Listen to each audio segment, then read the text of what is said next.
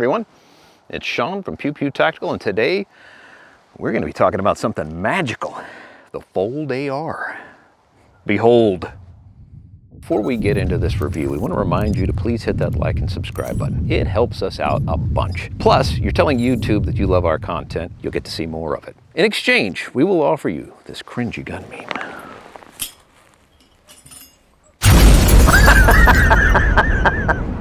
All right, so just as an overview, what is the FoldAR? This is a premium rifle that folds in half. Actually comes with this Vectos backpack. And the cool thing about it is it ends up in a very small concealable package. And here's how they accomplish that.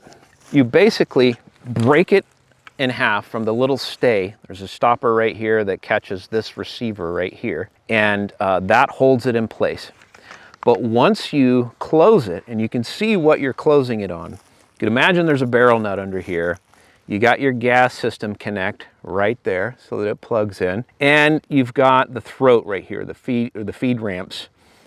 You've got to pull this out so that this closes up, and then this hook actually catches right here, and then you've got to lever it in, and it snaps in with some torque. It's pretty strong, and so strong in fact that it's able to maintain accuracy, which is pretty interesting. But overview, you've got a 16-inch barrel with the normal gas system that's also adjustable. Get a cold hammer forged 16-inch barrel. That is a 1-in-7 twist.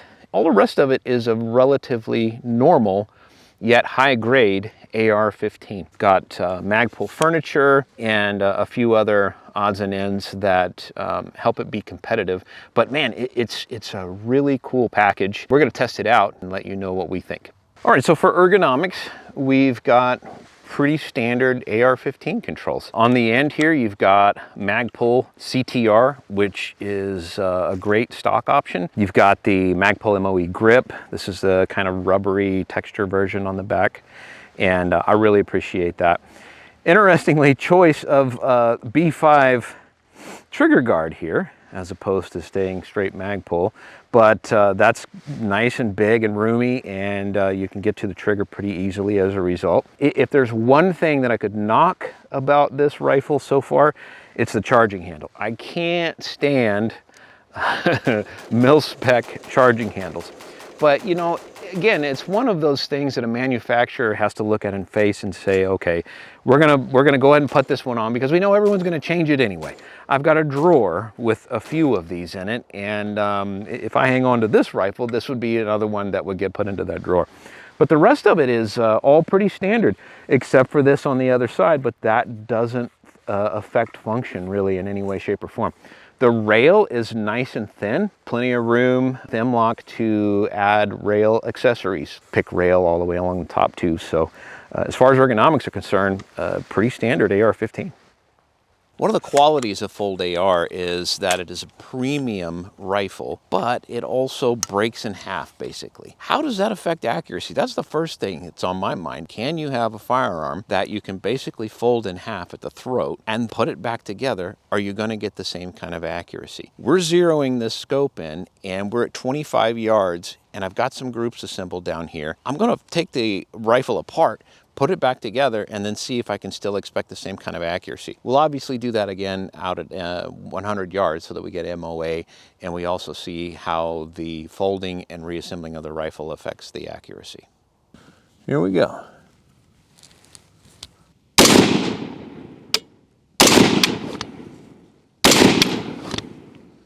Oh, that's a lovely group.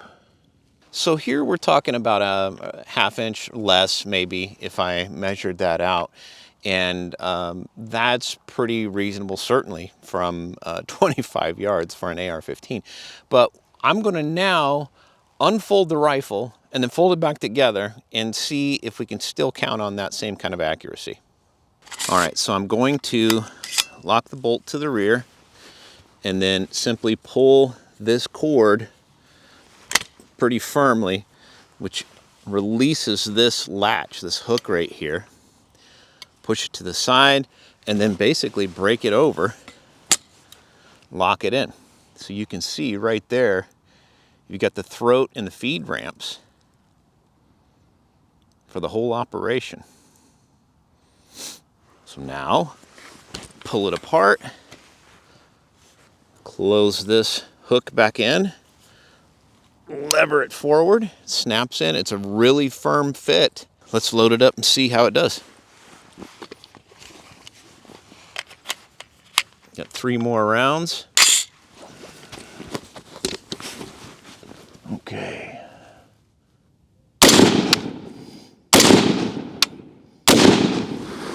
Okay. I'm pretty encouraged by that, but let's go down and check them out. Okay. So proof in the pudding. I think right here you can see I've got 3 in the same hole, which is what I should have shot in the first place, I believe. But just based on the optic and getting my focus right on the diopter in the rear, helped me dial it in. And at 25 yards, that's, you know, what I would expect. But this rifle was completely broken apart, folded in half, and then reassembled, and it still produces that kind of accuracy. So now I'm going to push out to 50 and then eventually 100 yards and see just how long it holds on to that accuracy. All right, we're pushed out to about 50 yards here, just continuing the process of working on accuracy. Using a Vortex Diamondback Tactical 4-12, the scope I've had for a lot of years, and it's served me pretty well. But we're gonna try it at 50 here and see how the group's holding together, and then we'll eventually push up to 100 after this.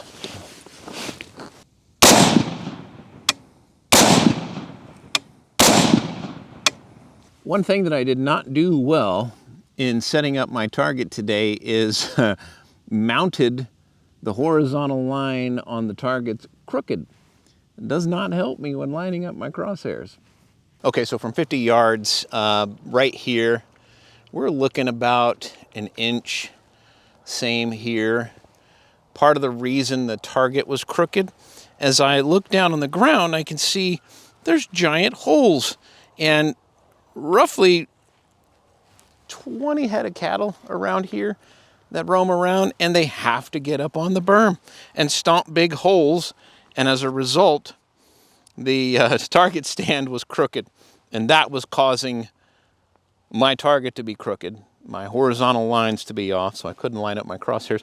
Cattle are treacherous, also tasty. So we're starting out with AAC. Now this is great range ammo. It's 55 grain from Palmetto State Armory, and we use this a lot to just get on paper and also practice various things. But we're shooting groups at 100 yards. So let's see how we do.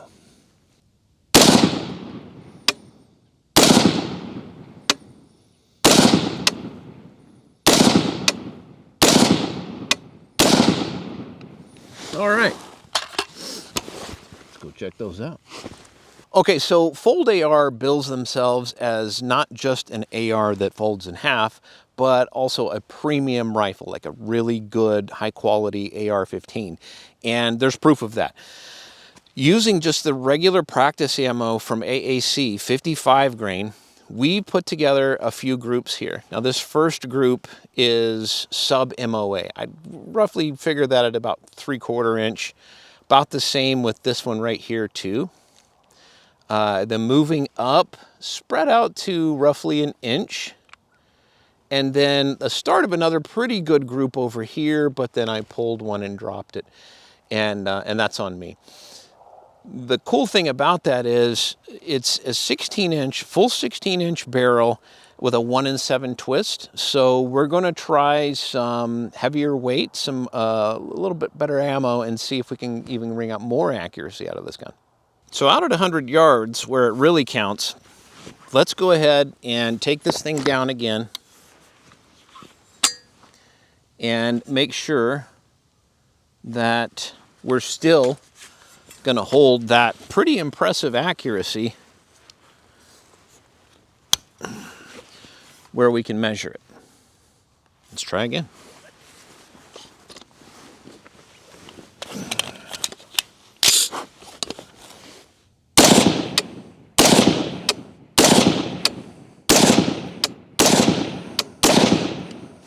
Okay, let's go check those out. All right, so after folding, the FoldAR. Putting it back together, we shot with the AAC 55 grain ammo, and pretty interesting results. This is definitely me here, and these two pretty close together, but then this one was really impressive.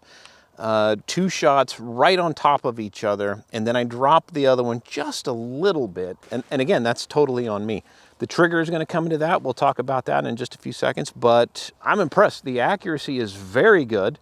We'll go ahead and shoot some 77 grain ammo next to see how it performs, but this is really good for a gun that you can fold in half and stick in a backpack and lug around. Ever in pursuit of more accuracy, Nosler has provided us with some 77 grain match grade. Ooh. Let's try that out and see how it does.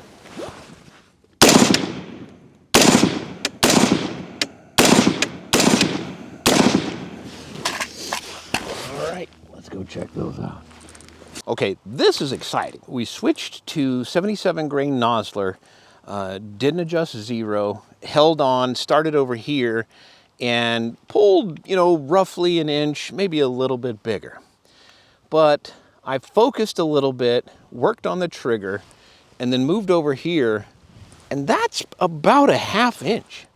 So roughly half MOA. That's pretty impressive for a gun that we just folded in half and put back together. Okay, I am not going to complain about this trigger. There's something interesting about it that I'm going to describe for you right now, but after just shooting sub-MOA groups with various ammo, I got nothing to complain about. But what I did notice is that there's a little bit of pre-travel, maybe a little creep. Here we go. Right there. And then it breaks. And if you can take up that pre-travel before you actually break the shot, you can, you know, dial in your shot and be more accurate. And that's what I ultimately had to learn. It's not quite a 2-stage, it feels like a single stage, but they describe it as a match on the website. So let's try that again, and then I'll go into reset. So it just pulls back a little and then it breaks almost unexpectedly, and then reset. Very loud, very tactile. You can definitely feel and hear it, and it's pretty good. Like I said, it's very accurate. I'm going to demonstrate it one more time so you can just see a little bit of that pre-travel before it breaks.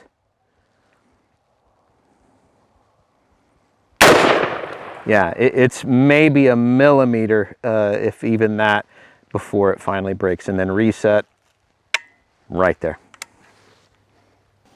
Hey everyone, we appreciate you watching the video, but I went ahead and wrote an entire article about this rifle, and I'd really like for you to check it out. Check the link in the description below, and you'll head right over to pewpewtactical.com for even more information on the FoldAR.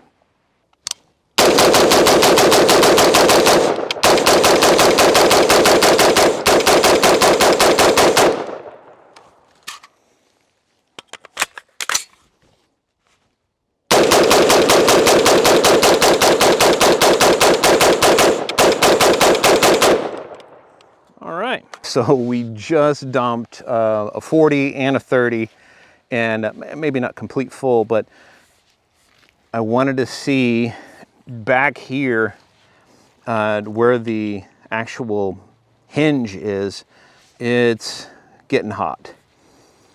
And this portion is, the handle is not as hot as the rail itself, but still very manageable. That was a pretty rapid sustained fire. But it's starting to get very hot here at the actual hinge part. Man, final thoughts on the FoldAR. Now, it always seems like I really like the nice, expensive things, but in this case, there's really solid justification. You're taking a full 16-inch barrel. You're not losing dwell time. You're not losing velocity. You're still maintaining the lethality of the 5.56 or 2.23 in a compact package that you can literally tuck into a very small backpack or sling bag and deploy pretty quickly. I'm not the fastest at it. There's plenty of people who have got more practice at it and they do pretty well with it, but I dig the fact that this thing is so compact and yet so incredibly accurate. I mean, I've tested some pretty expensive rifles before and haven't been able to pull a 1/2-inch group into shooting match ammo, but even with the 55 grain, we were holding sub MOA.